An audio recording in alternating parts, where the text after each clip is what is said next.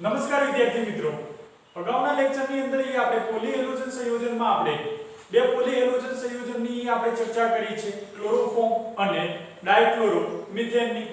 તો આપણે ત્રીજા નંબરની આપણે વાત કરીએ છીએ ટ્રાયઆયોડોમિથેન, જેને આપણે આયોડોફોર્મ તરીકે પણ આપણે ઓળખીએ છીએ, જેની માટે ફોર્મ્યુલા છે CHI3, જે મોસ્ટ આઈએમપી ક્વેશ્ચન તરીકે છે.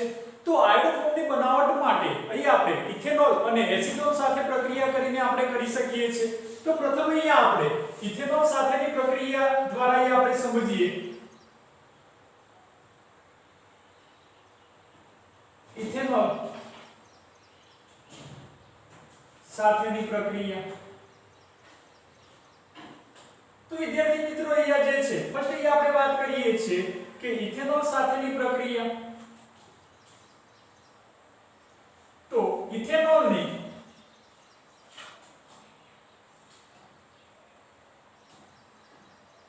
સોડિયમ હાઇપોઆયોડાઇડ NaOI, જેને આપણે સોડિયમ હાઇપોઆયોડાઇડ તરીકે આપણે ઓળખીએ છીએ, એની સાથે આપણે પ્રક્રિયા કરવામાં આવે તો ઇથેનોલનું આપણે ઇથેનોલની અંદર આપણે રૂપાંતર કરી શકીએ છીએ અને સાઇડ પ્રોડક્ટ્સ તરીકે આપણને NaI અને H2O આપણને પ્રાપ્ત થશે.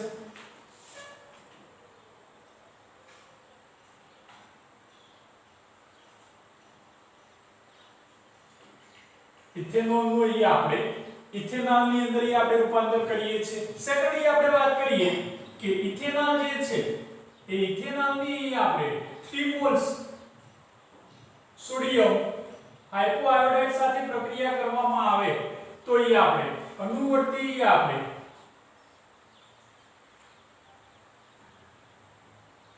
આયોડલ અહીં આપણે નિપજ મેળવી શકીએ છીએ, જેને આપણે કહીએ છીએ ટ્રાય આયોડો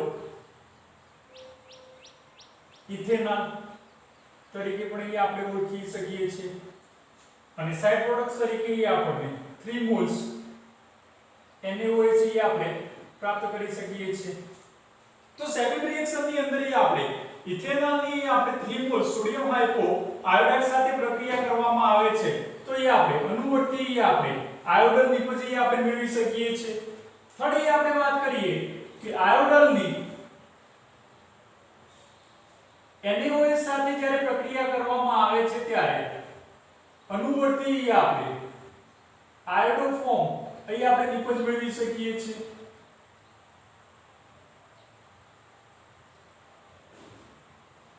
અને સાઇડ પ્રોડક્ટ્સ તરીકે આપણને HCOO એને સોડિયમ ફોર્મેટ આપણે બનાવી શકીએ છીએ. તો આપણે થર્ડ સ્ટેપ ની અંદર આપણે ઇથેનોલ સાથેની પ્રક્રિયાની વાત કરી. ફર્સ્ટ આપણે ઇથેનોલની સોડિયમ હાઇપોઆયોડાઇડ સાથે પ્રક્રિયા કરવામાં આવે તો આપણે ઇથેનોલ નિપજ બનાવી શકીએ છીએ. આ ઇથેનોલની આપણે 3 મોલ સોડિયમ હાઇપોઆયોડાઇડ સાથે પ્રક્રિયા કરો છો ત્યારે ટ્રાયઆયોડો ઇથેનોલ, જેને આપણે આયોડલ તરીકે ઓળખવામાં આવે છે, એ આયોડલની આપણે NaOH સાથે પ્રક્રિયા કરવામાં આવે છે ત્યારે આપણે આયોડોફોર્મની આપણે બનાવટ કરી શકીએ છીએ. સેકન્ડલી આપણે વાત કરીએ એસિટોન સાથેની પ્રક્રિયા.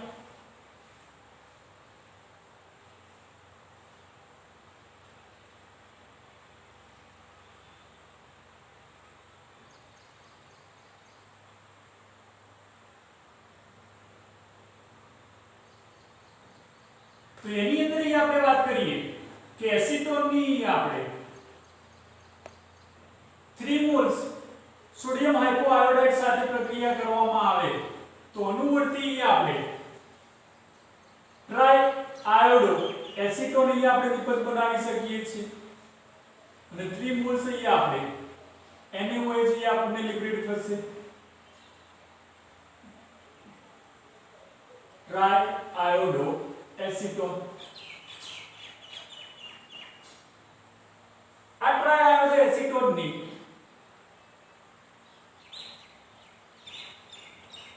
NaOH સાથે જ્યારે પ્રક્રિયા કરવામાં આવે છે ત્યારે અનુવર્તી આપણે આયોડોફોર્મ આપણે નિપજ બનાવી શકીએ છીએ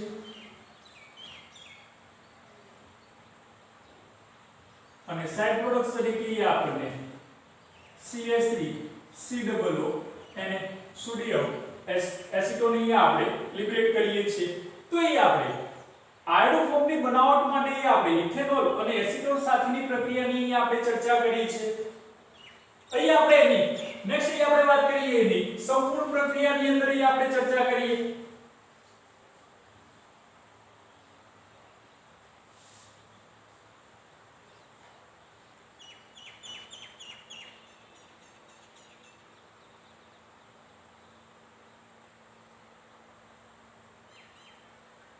કે સંપૂર્ણ પ્રક્રિયા એ આપણે લખીએ કે ઇથેનોલની આપણે 4 મોલ્સ આયોડાઇડ અને 6 મોલ NaOH સાથે જ્યારે પ્રક્રિયા કરો છો ત્યારે અનુવર્તી આપણે આયોડો ફોર્મ અહીં આપણે નિપજ બનાવી શકીએ છીએ સાઇડ પ્રોડક્ટ તરીકે HCOONA 5 મોલ્સ NaI અને 5 મોલ્સ H2O આપણને લિબરેટ થશે સેકન્ડલી આપણે વાત કરીએ કે એસીટોન સાથેની પ્રક્રિયા તો એસીટોનની આપણે 3 મોલ્સ આયોડાઇડ અને 2 મોલ્સ સોડિયમ કાર્બોનેટ Na2CO3 સાથે આપણે પ્રક્રિયા કરો છો ત્યારે અનુવર્તી આપણે આયોડો ફોર્મ અહીં આપણે નિપજ બનાવી શકીએ છીએ અને CH3 COO Na અહીંયા આપણી સાઇડ પ્રોડક્ટ તરીકે લિબરેટ થશે 3 મોલ્સ NaI અને 2 મોલ્સ CO2 આપણને લિબરેટ થાય છે તો વિદ્યાર્થી મિત્રો અહીં આપણે એસીટોનની આપણે 3 મોલ્સ આયોડીન અને 2 મોલ્સ Na2CO3 સાથે પ્રક્રિયા કરો છો ત્યારે અહીં આપણે આયોડો ફોર્મ બનાવટ કરી શકીએ છીએ તે જ રીતે ઇથેનોલની આપણે 4 મોલ્સ આયોડીન અને 6 મોલ NaOH સાથે પ્રક્રિયા કરો છો ત્યારે અનુવર્તી આપણે આયોડો ફોર્મ અહીં આપણે નિપજ બનાવી શકીએ છીએ તો અહીં આપણે Na2CO3 સોડિયમ કાર્બોનેટની જગ્યાએ આપણે સોડિયમ હાઇડ્રોક્સાઇડનો ઉપયોગ કરીને પણ અહીં આપણે આયોડો ફોર્મની આપણે બનાવટ કરી શકીએ છીએ તો અહીં આપણે પ્રયોગશાળાની અંદર આપણે બનાવટની આપણે ચર્ચા કરી છે અહીં આપણે ઔદ્યોગિક ધોરણે અહીં આપણે આયોડો ફોર્મની આપણે બનાવટની ચર્ચા કરીએ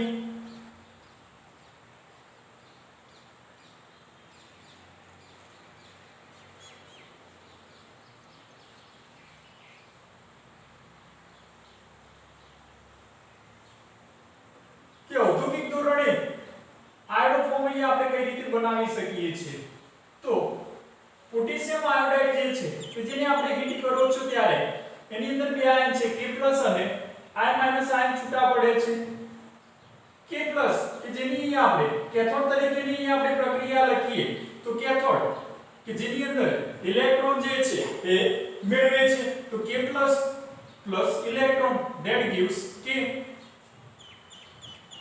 અને એનોડ તરીકેની આપણે પ્રક્રિયા લખીએ એનોડ એટલે કે એની પર ઓક્સિડેશન પ્રક્રિયા થાય છે ઓક્સિડેશન પ્રક્રિયાની અંદર ઇલેક્ટ્રોન ગુમાવે છે 2I- that gives I2 plus 2 electron તો અહીંયા એની આપણે સંપૂર્ણ પ્રક્રિયા આપણે લખીએ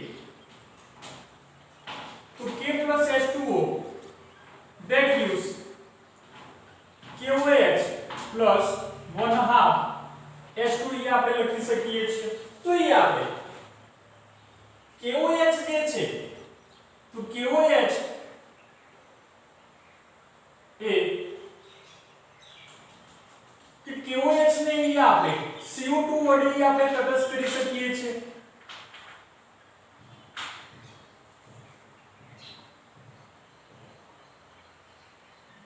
તો વિદ્યાર્થી મિત્રો અહીં આપણે વાત કરીએ કે KOH જે છે પોટેશિયમ હાઇડ્રોક્સાઇડ કે જેને આપણે તટસ્થ કરવા માટે આપણે CO2 નો અહીં આપણે ઉપયોગ કરીએ છીએ તો અહીં આપણે ટોટલ રિએક્શન અહીં આપણે લખીએ કે ઇથેનોલની આપણે 4 મોલ્સ આયોડીન અને 3 મોલ્સ આપણે સોડિયમ કાર્બોનેટ સાથે જ્યારે પ્રક્રિયા કરો છો ત્યારે અનુવર્તી આપણે આયોડો ફોર્મ આપણે નિપજ બનાવી શકીએ છીએ અને સાઇડ પ્રોડક્ટ તરીકે HCOONA plus 5 moles NaI plus 3 moles CO2 અને 2 moles અહીં આપણે H2O આપણે લિબરેટ આપણે કરી શકીએ છીએ તો ઔદ્યોગિક ધોરણે જે છે અહીંયા આપણે પ્રક્રિયા અહીંયા આપણે લખી શકીએ છીએ કે આયોડોફોર્મની આપણે આ રીતે બનાવટ કરી શકીએ છીએ. નેક્સ્ટ અહીંયા આપણે એની ભૌતિક ગુણધર્મોની અંદર આપણે ચર્ચા કરીએ.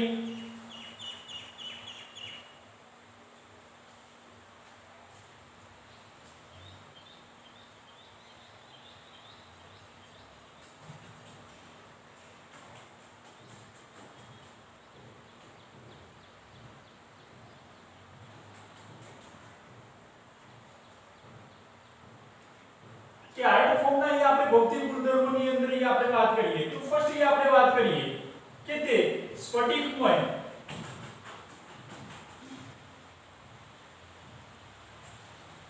પ્યોર ઘન પદાર્થ છે. તે સ્ફટિકમય પ્યોર ઘન પદાર્થ છે. સેકન્ડલી આપણે વાત કરીએ કે તે તીવ્ર લાક્ષણિક વાસ ધરાવે છે. તીવ્ર લાક્ષણિક વાસ ધરાવે છે. થર્ડ આપણે એની ફિઝિકલ પ્રોપર્ટીઝ ની અંદર આપણે વાત કરીએ કે તે પાણીમાં દ્રાવ્ય છે. તે પાણીમાં અદ્રાવ્ય છે પરંતુ ઓર્ગેનિક સોલ્વન્ટ એટલે કે કાર્બનિક દ્રાવક જેવા કે આલ્કોહોલ, ઈથર વગેરેમાં દ્રાવ્ય છે.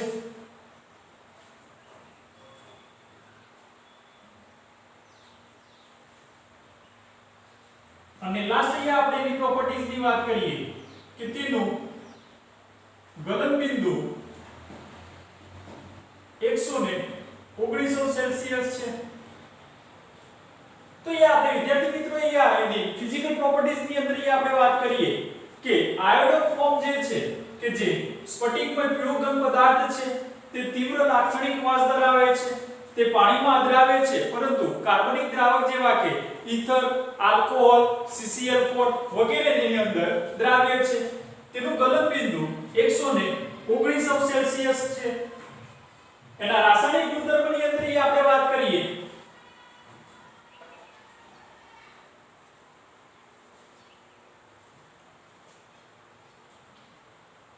આયોડોફોર્મના આપણે રાસાયણિક ગુણધર્મની અંદર આપણે ચર્ચા કરીએ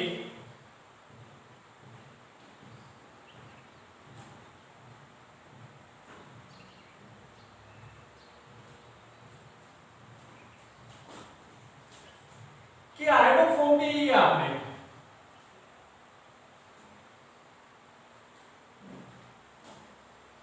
પોટેશિયમ હાઇડ્રોક્સાઇડ KOH સાથે જ્યારે આપણે જળ વિભાજન પ્રક્રિયા કરવામાં આવે છે ત્યારે અનુવર્તી આપણે પોટેશિયમ ફોર્મેટ આપણે નિપજ બનાવી શકીએ છીએ.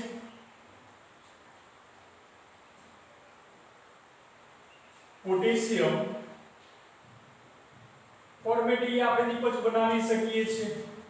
જો એનું આપણે આયોડોફોર્મની આપણે લાલ ફોસ્ફરસની હાજરીમાં આયોડિન સાથે જ્યારે હાઇડ્રોજન આયોડાઇડ સાથે જ્યારે એની રિડક્શન પ્રક્રિયા કરવામાં આવે છે ત્યારે અનુવર્તી આપણે આયોડોમિથેન આપણે નિપજ બનાવી શકીએ છીએ.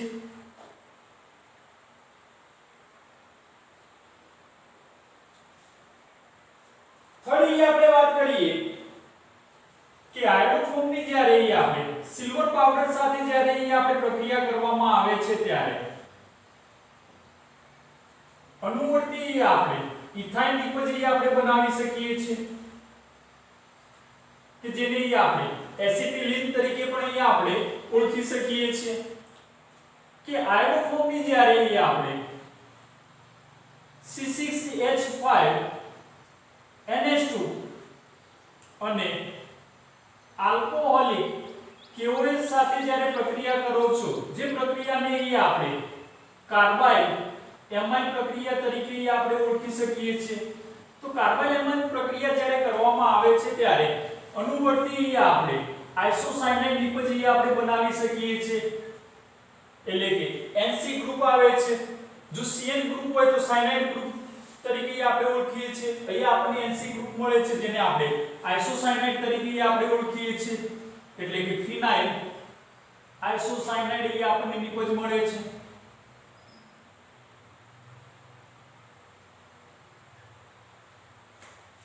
જો એની આયોડો ફોર્મની આપણે AgNO3 સાથે જ્યારે પ્રક્રિયા કરવામાં આવે છે ત્યારે AgI ના પીળા અવશેષ મળે છે. સિલ્વર આયોડાઇડ ના આપણે પીળા અવશેષ અહીંયા આપણે પ્રાપ્ત કરી શકીએ છીએ. પરંતુ CaCl3 ટ્રાઇક્લોરોમિથેન સાથે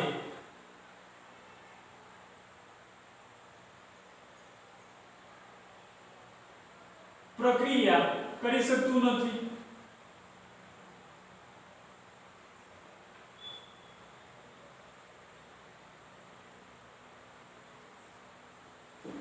અને લાસ્ટ આપણે વાત કરીએ કે જો એને આપણે હીટ કરવામાં આવે તો ફોર્મોલ્સ ક્લોરોફોર્મની ફોર્મોલ્સ આયોડોફોર્મની આપણે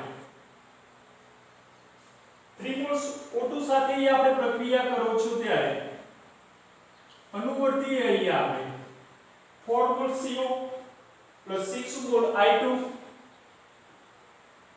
અને 3 મોલ્સ અહીંયા આપણે H2O અહીંયા આપણે બનાવી શકીએ છીએ. તો અહીંયા આપણે કેમિકલ પ્રોપર્ટીઝ ની અંદર આપણે વાત કરીએ કે આયોડોફોર્મની જ્યારે KOH સાથે જ્યારે જળ વિભાજન કરવામાં આવે છે ત્યારે અનુવર્તી આપણે પોટેશિયમ ફોર્મેટ આપણે બનાવી શકીએ છીએ. જો લાલ ફોસ્ફરસ સાથે હાઇડ્રોજન આયોડાઇડની પ્રેઝન્સમાં અહીંયા આપણે જ્યારે રિડક્શન પ્રક્રિયા કરવામાં આવે છે ત્યારે આયોડોમિથેન અહીંયા આપણે નિપજ મેળવી શકીએ છીએ. જો સિલ્વર પાવડર સાથે જ્યારે પ્રક્રિયા કરવામાં આવે છે ત્યારે એસિટિલિન એટલે કે ઇથાઇન અહીંયા આપણે નિપજ બનાવી શકીએ છીએ.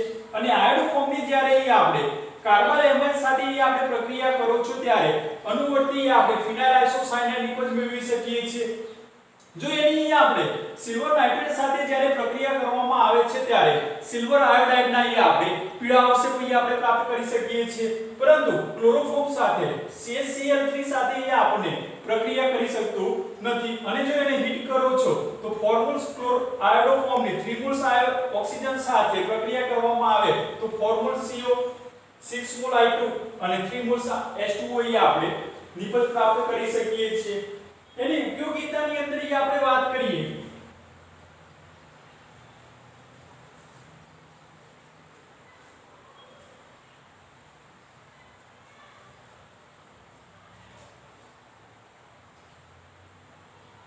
કે આયોડોફોર્મની આપણે ઉપયોગિતાની અંદર આપણે ચર્ચા કરીએ કે આયોડિન જે છે કે જેનો ઉપયોગ આપણે કે આયોડિન ઘા લાગેલો હોય ત્યાં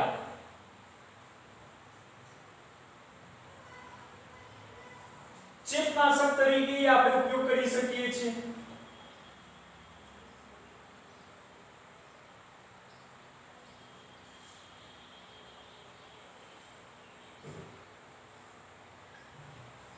કે આયોડિનનો જે ઉપયોગ છે કે આયોડિન જે છે એ ઘા લાગેલો હોય ત્યાં અહીંયા આપણે એન્ટિસેપ્ટિક એટલે કે ચેપનાશક તરીકે આપણે ઉપયોગી છે. એની આપણે મર્યાદાની અંદર આપણે વાત કરીએ કે આયોડિનની મર્યાદાની અંદર ફર્સ્ટ આપણે વાત કરીએ કે તે આંખને નુકસાન કરે છે. આંખને નુકસાન કરે છે. સેકન્ડલી આપણે વાત કરીએ કે તે લાળ ગ્રંથિ અને શ્વસન તંત્રને પણ નુકસાન કરે છે.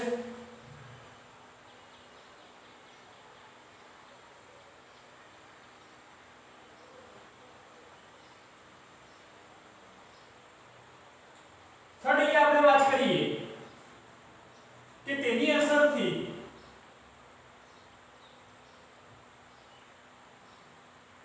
ઉલટી અને ઉબકા આવે છે.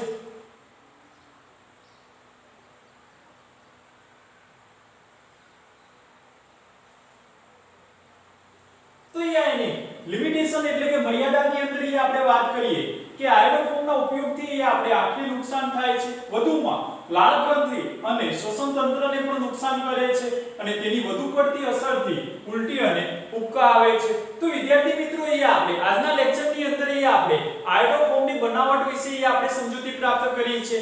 Thank you.